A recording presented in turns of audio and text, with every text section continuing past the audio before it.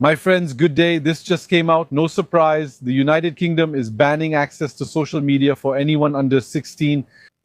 On top of that, he also announced a curfew for those who are 16 and 17 years old. In reality, to know who is 16, who is 15, who is 11, well, they're going to have to keep a record of everyone. Every person, no matter their age, will have to show an ID before using social media. That's the goal. Because they say we just want to protect the children. Protect the children, the children who were trafficked by gangs, protected by the state, protected by the police, by the justice system, by politicians for 30 years. It still happens in some regions today. So if they're looking to protect children, I say, there are priorities, there are places where we can strike more effectively than by going after social networks. Another thing, if we want to protect children from questionable content, let me just give you an example. Take some of the lessons that are taught to 10-year-old kids in British schools. You just repeat those lessons on a well-managed social network like YouTube, for example. I assure you, your video will get taken down. All right, I assure you, your video will get taken down. Okay? That's what we're subjecting children to today in schools. To tell you, in the United Kingdom, a parliamentary report states that the average age of entry into prostitution is 13. Associations in general talk about 12 to 14 years old. Those are the ages they observe. On average, there are 6 million children living below the poverty line who go to school having missed meals. They live in households where no one has a job. They live in households where no one can afford to heat their home. I mean, if we want to protect children, there are priorities. Except that the goal is not to protect children, but to subject society as a whole to control. To the permission-based society, to the society where you have to show your ID, to the society where we always have to be controlled by the state and we remain minors for life. I can tell you, when I left the United Kingdom almost a year and a half ago now, I left because literally every week there was a new ban. I felt like I was no longer an adult. I was slowly regressing. I was slowly becoming a minor. And on top of that, since COVID, there has been an acceleration. For those who lived through COVID, those who are under 10 years old can't know what it was like. Those who lived through COVID know or have noticed that everything we call constitutional freedom, everything we call legal guarantees, human rights conventions and all that are absolutely worthless. These are not guarantees. Our freedoms are simply granted to us at the discretion of those who govern us. And they can change their minds at any moment and take them away from us. The thing you do today could become something you have to pay for tomorrow, could become forbidden tomorrow, could land you in prison tomorrow. It's ruled by whim. Quite simply, their sensibilities change over time, their opinions, their worldview, and they implement it, they force you to accept it. If you notice today, we're no longer in representative democracies. I'm not sure that ever existed, but you know what I mean. Today, the state doesn't represent us. It doesn't represent the will of the people. The state exists with its own will and imposes its vision on us by force. The assumption is simple. What are people going to do? Well, people at first, when they're forced to do something against their will, they have short memories, their anger is fleeting, and eventually they'll end up accepting the status quo. They're wearing us down. They're not looking for our approval. It's not our approval they want. They want to wear us out. That's what's happening right now. For example, in 2005, the French voted against the Constitution, the treaty establishing a constitution for Europe. Then in 2007 or 2008, Sarkozy comes along and they pass it through Parliament without consulting the people. What happened? People got angry. Afterwards, the story was replaced by another news item. Today, who talks about that, huh? Honestly, who mentions it? No one anymore. That's it. It's that we failed as a society. We failed at regular tests. And each time we showed the establishment that, well, they can get away with anything. So I was telling you that what's also sinister about this story is that it's being developed in Canada, it's being developed in Australia, and of course in the European Union. And gradually, in the coming months, potentially all of this will be put in place pretty much everywhere. Quite simply, I'll maybe give you an example of a Western movie. You know, sometimes there are movies like that which aren't necessarily deep, but you can come across scenes of extraordinary depth. There was one, but I forgot the movie's title. Let me know if you remember. There was one, a guy who was wanted. You know, in Western movies, he's wanted dead or alive, $10,000. So he was the fastest shooter in the region. There's a guy, a bounty hunter, who sees him in a saloon. So the bounty hunter is a shaky guy. He's nervous.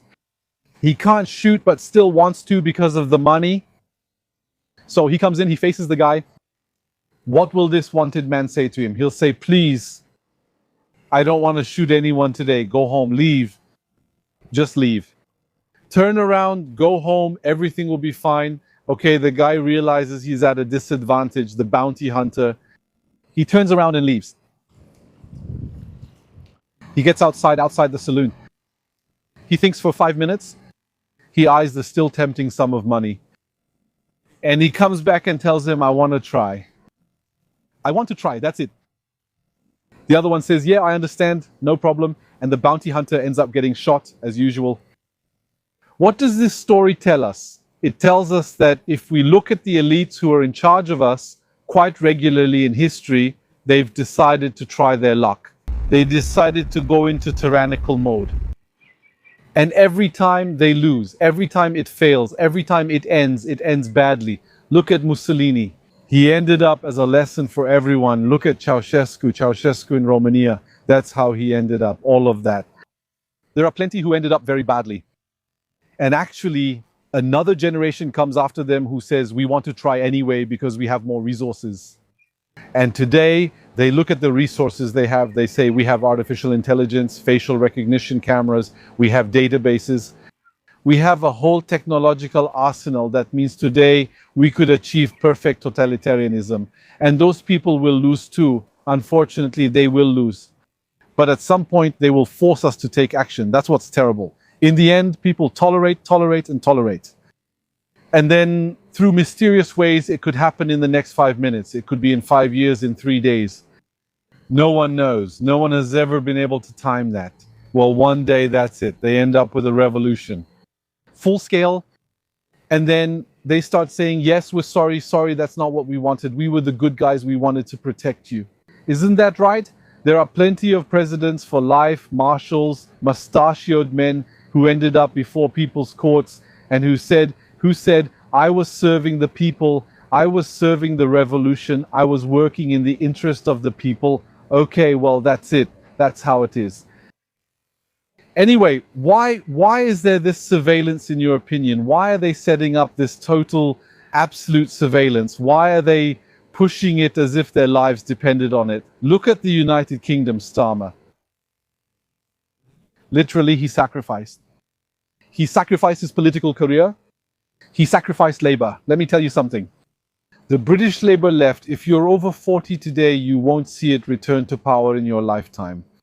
Okay, he destroyed the British left. He came to power. He tore up the program. And he went into kamikaze mode. I'm in power. Nothing forces me to keep my campaign promises. Although, to be fair, he's not the only one to do that, but he's the only one in recent memory to have done it in such a brutal, cartoonish way. Okay? Why is it so important to them? There's a reason. Before, you know that for channels like this one to exist, we had sponsors. The sponsor of this video, I'll talk to you about it for 30 seconds and I'd like you to give it your best attention kindly in case you ever need it. It's about meilleurjob.com or candyboost.com for those who prefer. It's a system that allows you to search for jobs, apply spontaneously, jobs that aren't necessarily available on all platforms. They're very good at finding them. You enter a country, they're available in several countries, Switzerland, France, all that. You choose a region, a search radius around the region, you upload your resume, and what they'll do is send it directly to recruiters. The resume, the system has the ability to edit your resume to make sure it passes the filters.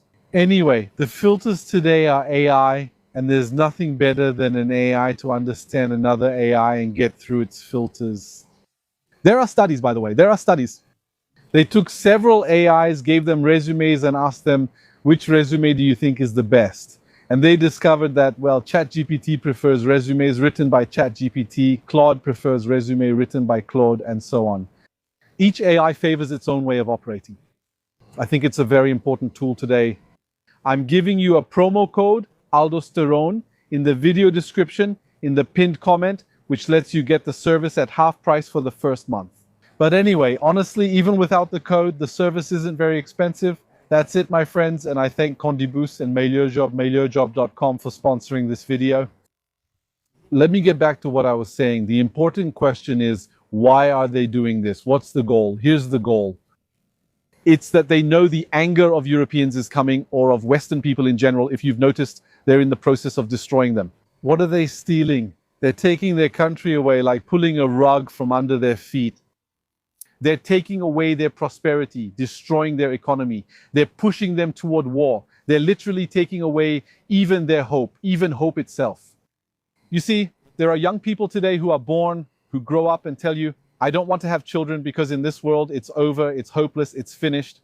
They've taken away young people's desire and ability to look forward to the future, even their zest for life.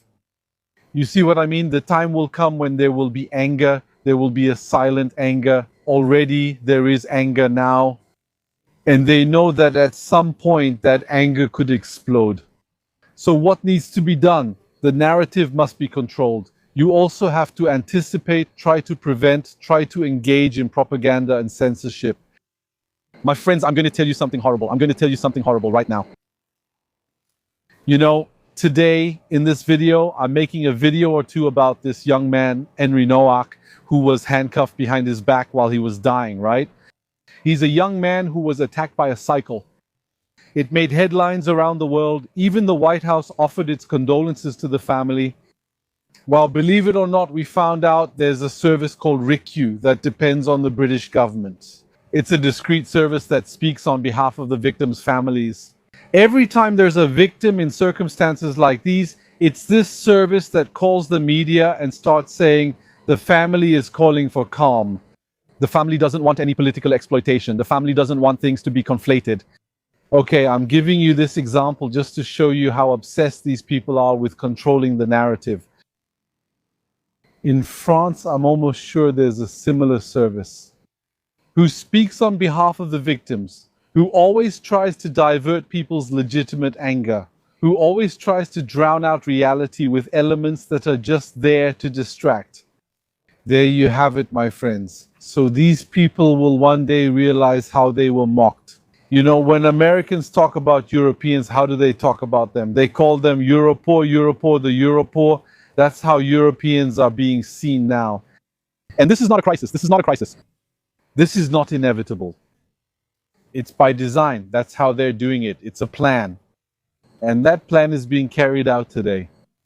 And so to avoid anger, they're controlling the narrative. For how long? In my opinion, it's just a temporary fix. It's just a temporary fix on a problem that is already unmanageable at this point. But he's just trying to last. He's trying to buy time. That's it. Anyway, my friends, thank you for watching this video up to this point. Thank you for your attention and your interest in this topic, which is crucial for all of us. I don't know where this will lead us. Honestly, I don't know. But I'm telling you, when evil is bold in every way, good must have all the courage. And we're on the side of good. Because we are the people. We don't need to be right. We don't need to justify ourselves. We don't need to be validated by science or by experts or by statisticians or by social analysts. We simply need to assert our will. The day we learn to assert our will, they will kneel. Look at Iran. Look at Iran and the United States, right? Who's on their knees today? All right? You just have to want it. You just have to stop thinking that we're finished, that we're done for. There's nothing. We can't do anything. It's over. It's finished. We need to stop with that. Yes, they are brutal. They are like animals. They are bold. but there are many of us and we are courageous. That's it, my friends. I'll leave you with that thought. Let me remind you of our sponsor, which is in the pinned comment in case you're looking for a job or you want to move to another one. And I'll see you in the next video. See you very soon, my friends.